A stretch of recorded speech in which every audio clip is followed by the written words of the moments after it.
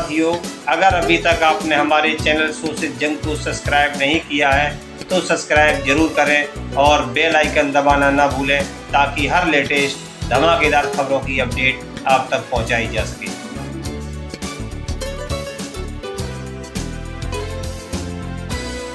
मंच पे बैठे हुए मेरे आम आदमी पार्टी के सभी साथीगण, नेतागण, आज यहाँ पे इतनी बड़ी संख्या में आए हुए सभी भाइयों बहनों और जो टीवी के माध्यम से इस वक्त देश भर में लोग देख रहे हैं, उन सभी भाइयों बहनों, माताओं, बुजुर्गों, बच्चों, आप सब लोगों को मेरा नमस्कार, सबको मेरा प्रणाम। I love you too. सबसे पहले मैं ऊपर वाले का शुक्रिया अदा करता हूं, भगवान का शुक्रिया अदा करता हूं, जिनकी हमेशा हम लोगों के ऊपर बहुत कृपा रहती है, बहुत आशीर्वाद रहता है भगवान का, भोलेनाथ का, हनुमान जी का बहुत आशीर्वाद रहता है। इसी वजह से इतनी बड़ी बड़ी मुसीबतों से निकल के हम लोग आते हैं। इतने बड़े बड़े सामने हमारे दुश्मन हैं जिनसे लड़के हम लोग सफल होते हैं। एक छोटी सी पार्टी जिसने इस देश की राजनीति बदल के रख दी। मैं इसीलिए सबसे पहले ऊपर वाले का पूरे सम्मान के साथ शुक्रिया अदा करता हूं और आशीर्वाद चाहता हूं।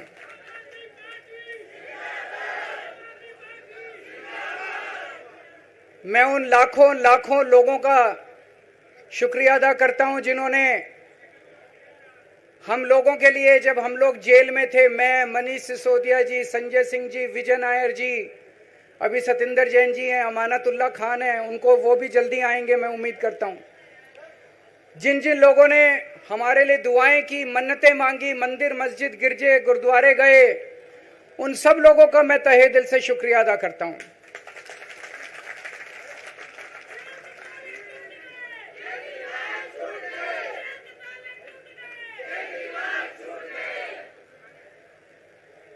जेल में काफी वक्त मिला सोचने का, पढ़ने का, और कई किताबें पढ़ी, पॉलिटिकल किताबें पढ़ी, अपने स्वतंत्रता के आंदोलन की किताबें पढ़ी, गीता कई बार पढ़ी, रामायण पढ़ी, महाभारत पढ़ी।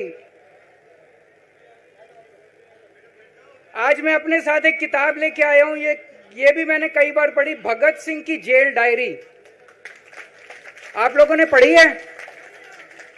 पढ़ना इसको जरूर, खरीद लेना, खरीद के इसको पढ़ना, भगत सिंह की जेल डायरी। जब भगत सिंह जेल में थे, आज से 90-95 साल पहले, उन्होंने जेल के अंदर अपने लेख लिखे थे, वो लेख इसमें हैं। और जेल के अंदर से उन्होंने बाहर कई लोगों को खत लिखे थे, उन्होंने अपने क्रांतिकारी साथियों को खत लिखे थे, उन्होंने देश के युवाओं के नाम खत लिखे थे। बलिदान से पहले साथियों को अंतिम पत्र 22 मार्च 1931, ये खत उन्होंने जेल से लिखा और उनके साथियों तक पहुंचाया अंग्रेजों ने। बटुकेश्वर दत्त की बहन प्रोमिला को पत्र, बचपन के दोस्त जयदेव गुप्ता को पत्र, वाइसरॉय को पत्र, ये सारे पत्र अंग्रेजों ने भगत सिंह के पहुंचाए। युवाओं के लिए जो पत्र लिखा, वो पत्र बकायदा युवाओं के एक सम्मेलन में पढ़ के सुनाया गया। भगत सिंह की शहादत के 95 साल बाद आजाद भारत के अंदर एक क्रांतिकारी मुख्यमंत्री जेल गया। मैं अभी जेल गया, मैंने जेल से एक ही पत्र लिखा था एलजी साहब को। 15 अगस्त था, देश का स्वाधीनता दिवस था। देश के आजादी के दिवस के ऊपर दिल्ली का मुख्यमंत्री दिल्ली सरकार की तरफ से झंडा फहराता है। मैंने एलजी साहब को 3 दिन पहले चिट्ठी लिखी, 15 अगस्त के 3 दिन पहले, कि एलजी साहब, मैं चूंकि जेल में हूं, मेरी जगह आतिशी जी को झंडा फहराने की इजाजत दी जाए। कुछ गलत तो नहीं लिखा? वो चिट्ठी मेरी एलजी साहब तक नहीं पहुंचाई गई, मुझे चिट्ठी वापस करी गई और मेरे को ये वार्निंग जारी की गई। ये वार्निंग भी लेके आया हूं, जिंदगी भर साथ रखूंगा ये मेरे को वार्निंग दी गई कि दूसरी बार अगर आपने एलजी साहब को चिट्ठी लिखने की हिम्मत करी तो आपके साथ जो फैमिली मुलाकात होती है हर हफ्ते, वो फैमिली मुलाकात बंद कर दी जाएगी।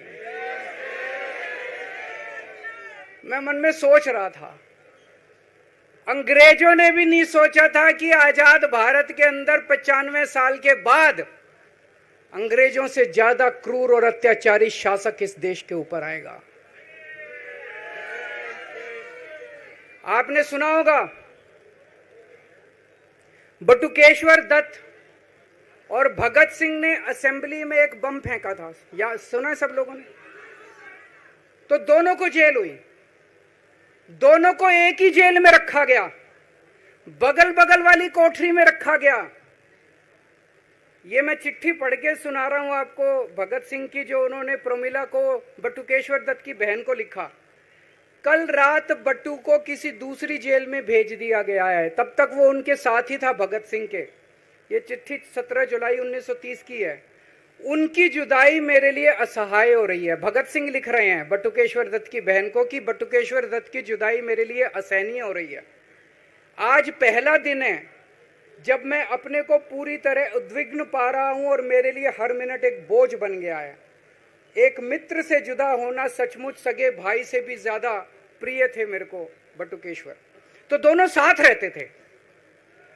95 साल के बाद मनीष सिसोदिया और केजरीवाल एक ही केस में जेल जाते हैं। मनीष सिसोदिया को अलग जेल में रखते हैं, मेरे को अलग जेल में रखते हैं, साथ मिलने की इजाजत नहीं दी जाती। आजादी की लड़ाई जब हुई, जवाहरलाल नेहरू जेल गए, महात्मा गांधी जेल गए, बाबा साहब अंबेडकर जेल गए, चंद्रशेखर आजाद जेल गए, अशफाकुल्ला जेल गए, कितने स्वतंत्रता सेनानी जेल गए, कई कई सालों तक जेल गए। जब वो जेल जाते थे उनसे मुलाकात के लिए उनके साथी उनसे मिलने जाया करते थे, उनके घर के लोग जाते थे, उनके रिश्तेदार उनसे मिलने जाते थे, और जब वो मिलने के लिए जाते थे वो उनसे पॉलिटिकल बातें करते थे। वो उनसे बातें करते थे कि कैसे अंग्रेजों को उखाड़ के फेंकना है, जब मिलने के लिए जेल में जाते थे। जब मैं जेल में था एक दिन संदीप पाठक मेरे से मिलने के लिए आया। मैं भी पॉलिटिकल आदमी हूं, वो भी पॉलिटिकल, हमारी पार्टी का संगठन मंत्री है। आके उसने मेरे से पॉलिटिकल बातें करी। और क्या करता, रोमांटिक बातें थोड़ी करता। तो पॉलिटिकल आदमी वो, पॉलिटिकल आदमी मैंने उससे पूछा देश में क्या चल रहा है, उसने देश की पॉलिटिकल हालत बताई। मैंने उससे पूछा पार्टी में क्या चल रहा है, उसने संदीप पाठक को ब्लैकलिस्ट कर दिया गया। उसके बाद मेरे से मिलने नहीं दिया गया। भगत सिंह जब फांसी पे चढ़े, उन्होंने सपने में भी नहीं सोचा था कि ऐसा भारत होगा। आज से 95 साल के बाद इस देश के अंदर इतनी क्रूर और अत्याचारी सरकार आएगी कि अंग्रेजों को भी पीछे छोड़ देगी। दोस्तों,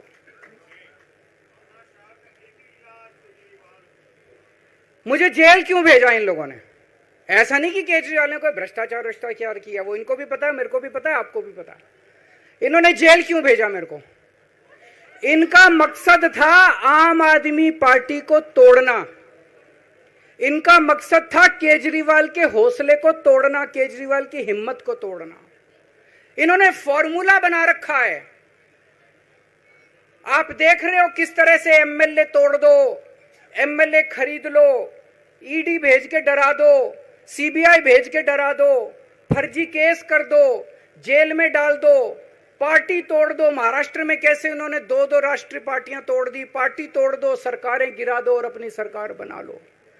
इनको यह लग रहा था केजरीवाल को जेल भेज देंगे तो दिल्ली में इनकी पार्टी टूट जाएगी, दिल्ली में बीजेपी की सरकार बना लेंगे। इनको लग रहा था पंजाब की सरकार तोड़ के पंजाब में हम अपनी सरकार बना लेंगे, इनके एमएलए तोड़ लेंगे। लेकिन हमारी पार्टी नहीं टूटी, हमारे एमएलए नहीं टूटे। हमारे एमएलए तो छोड़ो, कार्यकर्ता भी नहीं टूटे।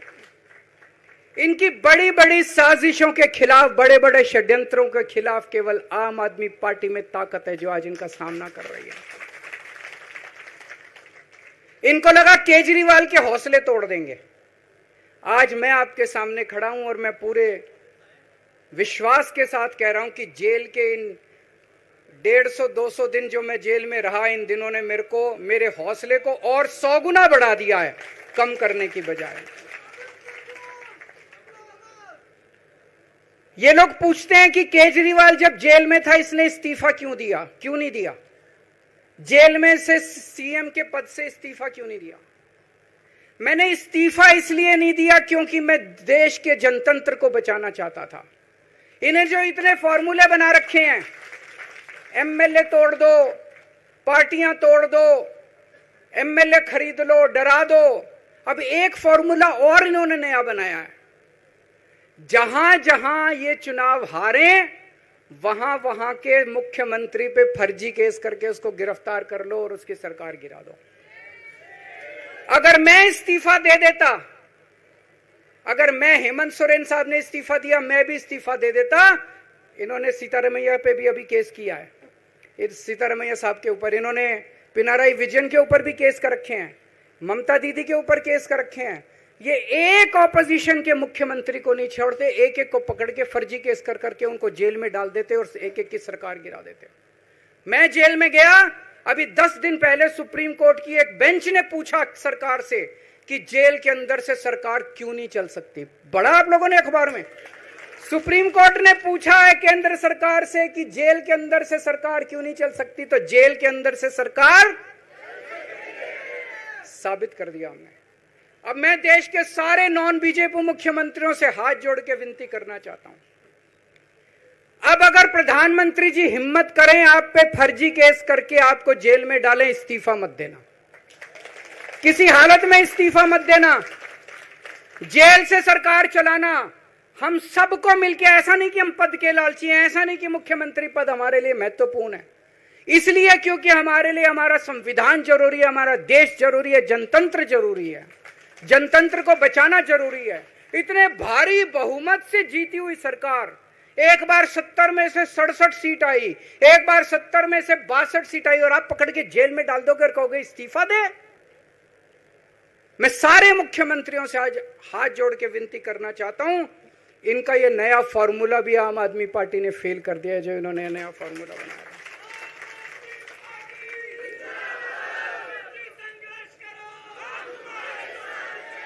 आज इनकी हर षड्यंत्र, हर साजिश से सामना करने की ताकत आम आदमी पार्टी में है। क्यों? क्योंकि हम ईमानदार हैं। दिल्ली में सरकारी स्कूल थे, गरीबों के बच्चे सरकारी स्कूल में पढ़ने जाया करते थे। सरकारी स्कूलों की हालत बहुत खराब थी, गरीबों के बच्चों का कोई भविष्य नहीं था। 16 लाख बच्चे दिल्ली के सरकारी स्कूलों में पढ़ते थे। टूटे फूटे टिन के स्कूल थे, डिब्बे थे, स्कूल क्या डिब्बे थे, कोई पढ़ाई नहीं होती थी, गरीबों के बच्चों का भविष्य खराब था। उन गरीबों के बच्चों को पिछले 10 साल के अंदर 18 लाख बच्चों को हमने सरकारी स्कूल अच्छे बना के भविष्य दिया है। हम ये कैसे कर पाए? हम ये कर पाए क्योंकि हम ईमानदार हैं। आज अगर किसी के घर में कोई बीमार हो जाए, प्राइवेट में ले जाओ, लाखों लाखों रुपए खर्च हो जाते हैं। अगर थोड़ी सी सीरियस बीमारी हो, छोटी सी बीमारी हो, 10-15 हजार रुपए कहीं नहीं गए, इन बड़े बड़े अस्पतालों में ले जाओ। दिल्ली के अंदर हर सरकारी अस्पताल को शानदार बनाया, नए नए सरकारी अस्पताल खोले, गली गली में मोहल्ला क्लिनिक खोला, लोगों की चाहे अमीर हो चाहे गरीब हो, सबका इलाज, सबकी दवाइयां, सबके टेस्ट, पूरा इलाज मुफ्त कर दिया। क्यों? क्योंकि हम ईमानदार हैं। आज दिल्ली की महिलाएं जब बस में सफर करती हैं, उनकी टिकट नहीं लगती। बाकी देश की सरकारें घाटे में चल रही हैं, दिल्ली की सरकार ये सब सुविधा देने के बावजूद फायदे में चल रही है। क्यों? क्योंकि हम ईमानदार हैं।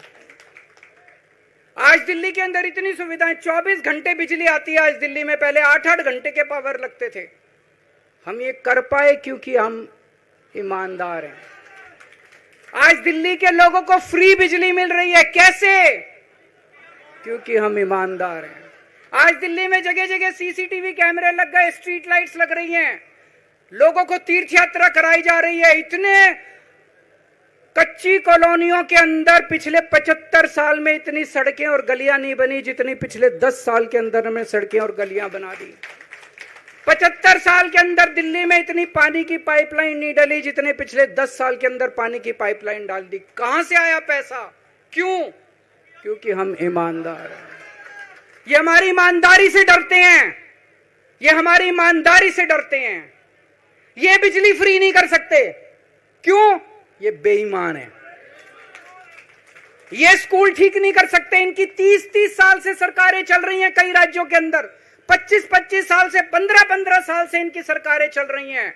ये स्कूल ठीक नहीं कर सकते, अस्पताल ठीक नहीं कर सकते, ये फ्री इलाज नहीं दे सकते, ये बिजली फ्री नहीं कर सकते, ये 24 घंटे बिजली नहीं कर सकते। क्यों? ये बेईमान, ये बेईमान है। आज इन्होंने ईडी छोड़ दी, इनकम टैक्स छोड़ दिया, दिल्ली पुलिस छोड़ दी, इतने केस कर दिया हमारे ऊपर, और हम डट के खड़े हैं इनके खिलाफ, इनका मुकाबला कर रहे हैं, क्योंकि हम ईमानदार हैं। इसलिए ये मेरे को बेईमान साबित करना चाहते हैं, ये मेरे को बेईमान साबित करना चाहते हैं। मेरे ऊपर कीचड़ फेंक रहे हैं, मेरे ऊपर लांछन लगा रहे हैं, मुझे सुबह शाम गालियां देते हैं। लेकिन मेरे लिए बीजेपी इंपॉर्टेंट नहीं है, मेरे लिए आप लोग इंपॉर्टेंट हो। अगर देश की जनता, दिल्ली की जनता को लगता है केजरीवाल बेईमान है, मैं 1 मिनट के लिए सीएम की कुर्सी पे भी नहीं बैठूंगा। 1 मिनट के लिए मैं बैठने को तैयार नहीं। मैंने अपने जीवन में कुछ नहीं कमाया, मेरा बैंक अकाउंट खाली है, हमारी पार्टी का बैंक अकाउंट खाली है। मैंने जिंदगी में कुछ नहीं कमाया, अपनी इज्जत और अपनी ईमानदारी के सिवा मेरे पास कुछ नहीं आया। इनकम टैक्स में कमिश्नर की नौकरी करता था, 2000 में नौकरी छोड़ के सन 2000 से 2010 तक 10 साल मैंने दिल्ली की झुग्गियों के अंदर बिताए हैं। कुछ महीने दिल्ली की झुग्गियों में जाके रहा मैं, झुग्गी के अंदर, नंद नगरी, सुंदर नगरी की झुग्गियों के अंदर मैंने गली गली में खाक छानी है कि गरीब आदमी रहता कैसे, उसके घर का गुजारा कैसे चलता है। अगर पैसे कमाने हो तो इनकम टैक्स कमिश्नर की नौकरी बुरी नहीं थी। और जब मैंने नौकरी छोड़ी थी तब कोई पार्टी नहीं थी, कुछ नहीं थी। ऐसा नहीं था कि उस टाइम ये था मुख्यमंत्री बनने चला था या कोई पार्टी, कुछ नहीं था, कोई भविष्य नहीं था। केवल देश के लिए जुनून था कि देश के लिए कुछ करना है, देश के लिए कुछ करने हैं। 49 दिन की सरकार के बाद इस्तीफा दिया था, अपने असूलों के लिए इस्तीफा दिया था। किसी ने इस्तीफा मांगा नहीं था, अपने आप इस्तीफा दिया था। आज के तारीख में, आज के जमाने में कोई अपनी चपरासी की नौकरी नहीं छोड़ता। मैंने मुख्यमंत्री की कुर्सी छोड़ी थी, अपने आप छोड़ी थी। ना पद का लालच है, ना दौलत का लालच है, केवल देश के लिए कुछ करने का जुनून है, देश के लिए कुछ करने के लिए आए हैं।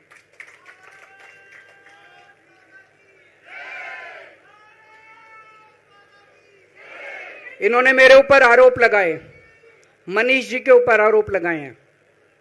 इस देश का जो सबसे कठोर कानून है ईडी का कानून, पीएमएलए, जिसमें बेल भी नहीं मिलती, बेल मिलनी भी मुश्किल है, उसके अंदर हमारे ऊपर तरह तरह के इन लोगों ने आरोप लगाए हैं।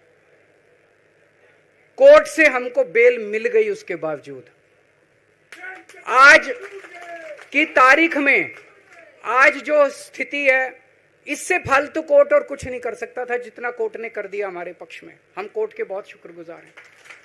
कोर्ट ने हमें बेल दे दी, अभी बेल तक ही दे सकता था। अब ये केस चलेगा। मैंने वकीलों से पूछा, मैंने कहा मेरा दिल कहता है कि जब तक ये मैं कोर्ट से बरी होके ना आ जाऊं तब तक मैं सीएम की कुर्सी पे नहीं बैठूंगा। उन्होंने कहा जी ये 10 साल चलेगा केस, कोई कह रहा है 15 साल चलेगा केस, कोई कह रहा है 20 साल चलेगा केस।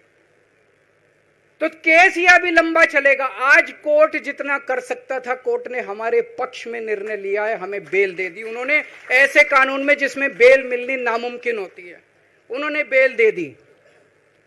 आज मैं आपकी अदालत में आया हूं, जनता की अदालत में आया हूं, आपसे पूछने के लिए आया हूं, क्या आप केजरीवाल को ईमानदार मानते हो कि गुनहगार मानते हो?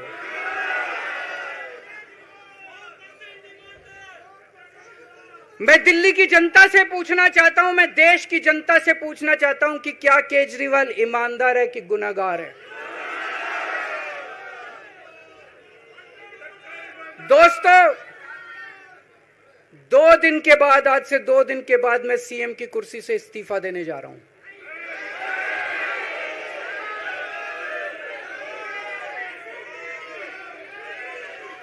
और मैं तब तक सीएम की कुर्सी पे नहीं बैठूंगा जब तक जनता अपना फैसला ना सुना दे। मैं जनता के बीच में जाऊंगा, गली गली में जाऊंगा, घर घर में जाऊंगा, और जब तक जनता अपना फैसला ना सुना दे कि केजरीवाल ईमानदार है, तब तक मैं सीएम की कुर्सी के ऊपर नहीं बैठूंगा।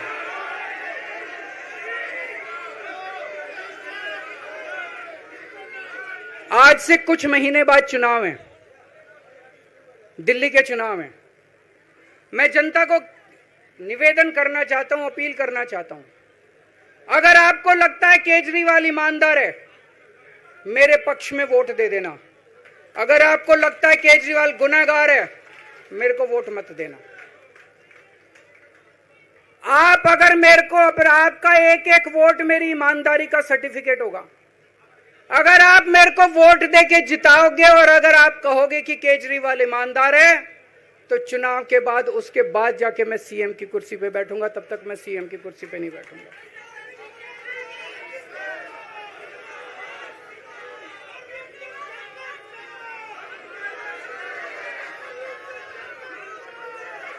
आपको लग रहा होगा अभी अभी जेल से रिहा होके आया है, ये कैसा क्यों बोल रहा है? अभी अभी जेल से रिहाई होके आया है, अब ये इस्तीफा क्यों दे रहा है? इन्होंने मेरे ऊपर आरोप लगाया है, इन्होंने आरोप लगाया है कि केजरीवाल चोर है, इन्होंने आरोप लगाया है केजरीवाल भ्रष्टाचारी है, इन्होंने आरोप लगाया है केजरीवाल ने भारत माता के साथ धोखा किया है। ये करने के लिए नहीं आया था मैं, सत्ता से पैसा और पैसे से सत्ता, इस खेल के खेलने के लिए मैं नहीं आया था। मैं देश के लिए कुछ करने के लिए आया था। जब 14 साल के बाद भगवान राम वनवास से लौटे, सीता मैया को अग्नि परीक्षा देनी पड़ी थी। आज मैं जेल से आया हूं, मैं अपनी अग्नि परीक्षा देने के लिए तैयार हूं।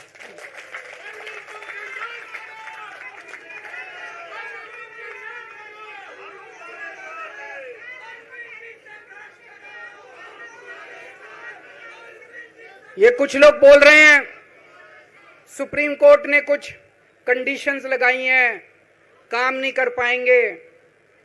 पिछले 10 साल में इन लोगों ने कंडीशन लगाने में कोई कसर छोड़ी थी? एलजी साहब ने कंडीशन लगाने में कोई कसर छोड़ी थी? केंद्र सरकार ने 1 कानून, 2 कानून, 3 कानून, कानून पे कानून डाल के मेरी पावर छीन ली, पर आपके काम बंद नहीं होने दिए मैंने। ये कंडीशन हमारे लिए कोई वो नहीं रखती, कोई हमारे लिए अड़चन पैदा नहीं करती ये कंडीशन। इन कंडीशन को भी देख लेंगे, लेकिन मेरे लिए जो मायने रखता है वो है, मैंने अपनी जिंदगी में ईमानदारी कमाई है। अगर आपको लगता है केजरीवाल ईमानदार है, जम के वोट दे देना मेरे पक्ष में। चुनाव के बाद सीएम की कुर्सी पे जाके बैठूंगा।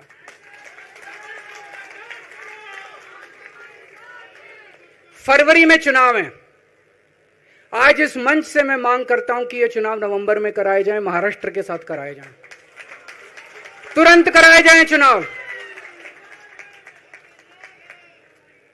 और जब तक आपका फैसला नहीं आएगा, तब तक मैं जिम्मेदारी नहीं संभालूंगा। और मैं, जब तक चुनाव नहीं होते, मैंने जैसे बताया 2 दिन के बाद मैं अपना इस्तीफा दूंगा। जब तक चुनाव नहीं होते, तब तक मेरी जगह आम आदमी पार्टी से कोई और मुख्यमंत्री बनेगा। अगले 2-3 दिन के अंदर विधायक दल की मीटिंग होगी और विधायक दल की मीटिंग में अगले मुख्यमंत्री के नाम का तय किया जाएगा। मैं मनीष जी से बात कर रहा था, जो पीड़ा मेरे मन में है वो पीड़ा मनीष जी के मन में भी है। इनके लिए भी वही सब कहा गया जो मेरे लिए कहा गया है। मनीष जी का भी कहना है कि ये दिल्ली के उप मुख्यमंत्री और शिक्षा मंत्री और मंत्री का पद तभी संभालेंगे जब दिल्ली की जनता कहेगी कि मनीष सिसोदिया ईमानदार है। तो मैं और मनीष सिसोदिया, हम दोनों का फैसला आपके हाथ में है, जनता के हाथ में है। हम दोनों जनता की अदालत में जा रहे हैं, गली गली जाएंगे, जनता के बीच में जाएंगे और उनसे पूछेंगे। अगर जनता कहेगी ईमानदार है तो हम आके इसकी कुर्सी पे बैठेंगे। 2020 में आया था मैं, 2020 में मैंने कहा था, मैंने अगर काम किया हो तो मेरे को वोट देना और काम नहीं किया हो तो वोट मत देना। कहा था कि नहीं कहा था? आज मैं आपके बीच में आया हूं, मैं कह रहा हूं अगर मैं ईमानदार हूं तो वोट देना, अगर मैं बेईमान हूं तो वोट मत देना, बिल्कुल मत।